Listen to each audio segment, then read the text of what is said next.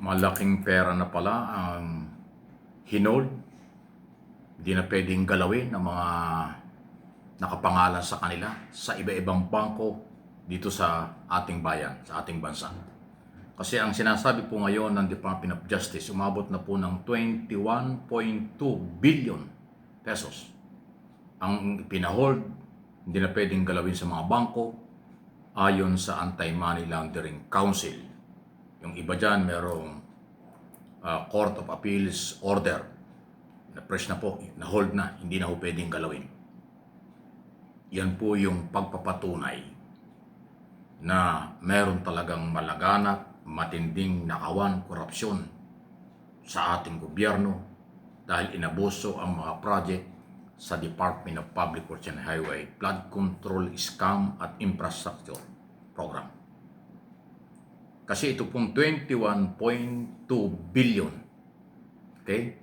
Ito po ay malaki kahit papaano, pero maliit pa ito kung ikukumpara sa daan-daang bilyon at umabot ng 1.7 trillion ang nawala sa kaban ng bayan simula noong 2016 hanggang sa kalahati ng taong 2025 bago ini-expose ni Pangulong Marcos ang korupsyon at ipinatigil at nagkaroon ng malawakang investigasyon. Kahit papaano, na-hold ng AMLA ng gobyerno ang 21.2 billion. Pero maliit nga po ito. Kasi kung yung magugunita, yung palang Diskaya ito sa unang mga investigasyon, halos 200 billion ang project na napunta sa kanya.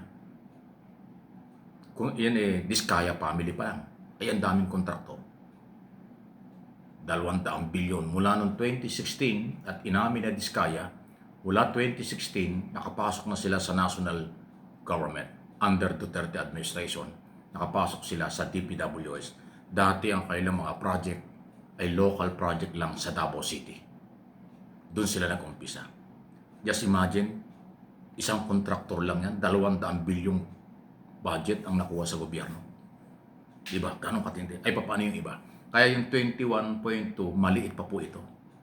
At alam kong continuous ang monitoring ng mga asset, cash sa mga bangko, ng mga suspect, akusado, ng mga politiko, kontraktor at engineer sa korupsyon.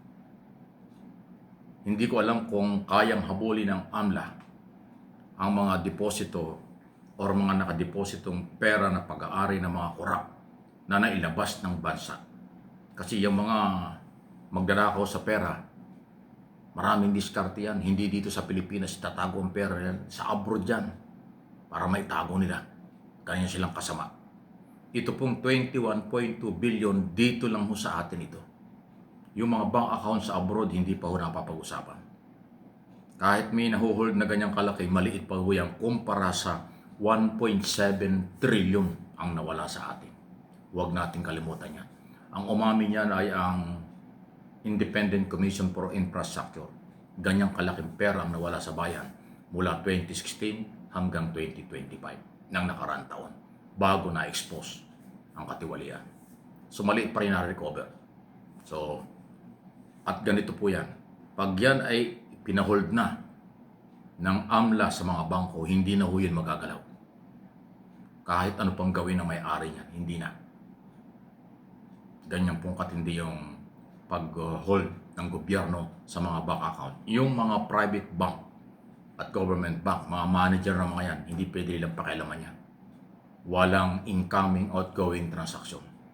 At pag ginalaw nila yan, mananagot sa central bank, mananagot sa AMLA ang mga opisyalis ng bangko. Kaya hindi yan lang gagalawin.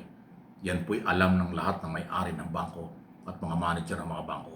Basta pinahold ng gobyerno, ng AMLA, lalo na kung mayroong Court of Appeals order, court order, ay hindi ko talaga magagalaw yan.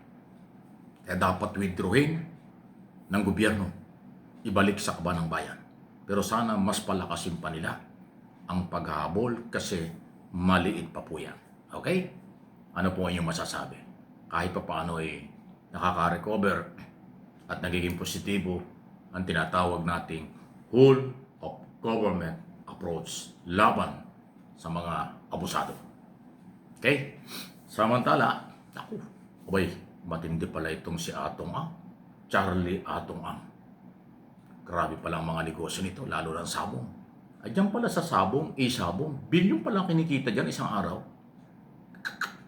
Kaya pala ang dami niyang farm. May farm yata, may farm ito sa Visayas, may farm sa Luzon, especially sa Batangas. Grabe pala, no? Sabong, nangyari lang yan during Duterte administration. Bakit pinayagan yan ng Duterte administration? Ano bang kapalit? Anong kinita ng gobyerno dyan? Kung kumita ng gobyerno, okay lang, pero mukhang hindi. Pagkatapos ito pa nangyari. Namatay pa yung mga sabongero. Pinatay pa yung mga sabongero. So dahil sa pera, pumatay sila. Hindi may kakaila kasi yung pamilya ng biktima ang sumisigaw mula po ng 2021 at 2022 until now. Kaya ngayon na magkaroon na po ng malalimang investigasyon, sabi ni Secretary Remulla, nag-try daw po umano si Atong Ang nagamitan ng pera ang lahat ng kinaukulan pero hindi nagtagumpay. Nag-try daw si Ang nakausapin ang mga investigador, ang prosecutor, ang DOJ, Department of Justice, pati ang musgado, hindi niya natapalan ng pera. Kaya nagtuloy-tuloy ang investigasyon, naipile ang kaso, may warrant of arrest, hinahanap na siya ngayon. Ibig sabihin kung kahit gaano kalaki ang pera. Kasi nung nakaraang taon na pinag-uusapan pa na paputukin itong isyong ito at iniimbestigahan, may balita nga na willing daw gumastos si Atong Ang ng kahit na ilang bilyon o kahit maubos pa ang kanyang pera, huwag lang siyang makulong. Yung pala ganon. Sabi ni Remulla, nag-try talaga na gamitan ng pera ang lahat ng mga kinaukulan pero hindi natapalan ng pera. Tinuluyan siya. Kaya ngayon pinaghahanap na siya. Pero ngayon, kung gagamitin pa rin ni Ang kanyang pera para siya proteksyonan na kung sino-sino dyan. Dahil sabi ng gobyerno, mayroon daw 20 na di umano'y with armed group, armadong grupo ang nagbibigay ng proteksyon. Na dati raw, mga retirado raw po na NBI at pulis. Naku, huwag kayong paggamit yan, delikado. Ang batas ay mangingibabaw. Ang gobyerno hindi susuko kahit kanino. Kaya kung ano man po yung inyong mga plano, huwag na kayong magpagamit. Si Ang ay akusado pa lang, hindi siya guilty, kaya dapat siyang humarap sa husgado. Pero kung bibigyan ng proteksyon yan ng mga armadong grupo, dahil pera pinapairal, delikado po yan. Hindi po natatakot ang NBI at ang Philippine National Police. Sabi ni Secretary Remulla, under nito ang PNP, kahit sino, kahit saan siya nandoon, hahanapin siya. Kahit siya pa ay maraming bodyguard, ayan po yung kaabang-abang sa mga pwedeng mangyari. Huwag naman sana na maging masyadong pisikal ang mga mangyayari sa paghuli at pag nakita ang businessman na ngayon ay may warrant of arrest na si Charlie Atong Ang.